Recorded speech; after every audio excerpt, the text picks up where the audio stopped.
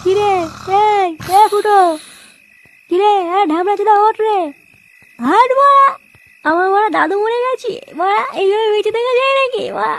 আরে গুলমারি ওঠ মা, সেই থেকে আবার শুয়ে গেছে মালমূল খেয়ে। আমি সবাই মোড়া পুরনো হয়ে গেল, আমরা বাড়ি আছে চোদনা মারা ঘুমিয়ে গেছে। কে রে মা? হ্যাঁ কে তুই? আমার দাদুকে নিয়ে তারপরে উঠবো।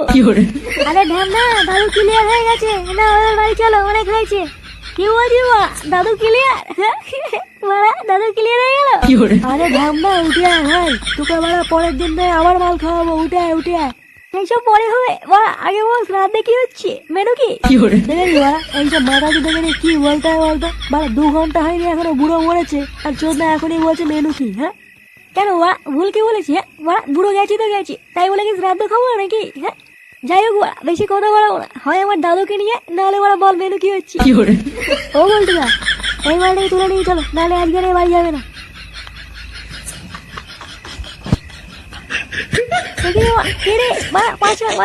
খুচরো পয়সা নেই, 5 নাকি সেটা রাখি দেবো মা।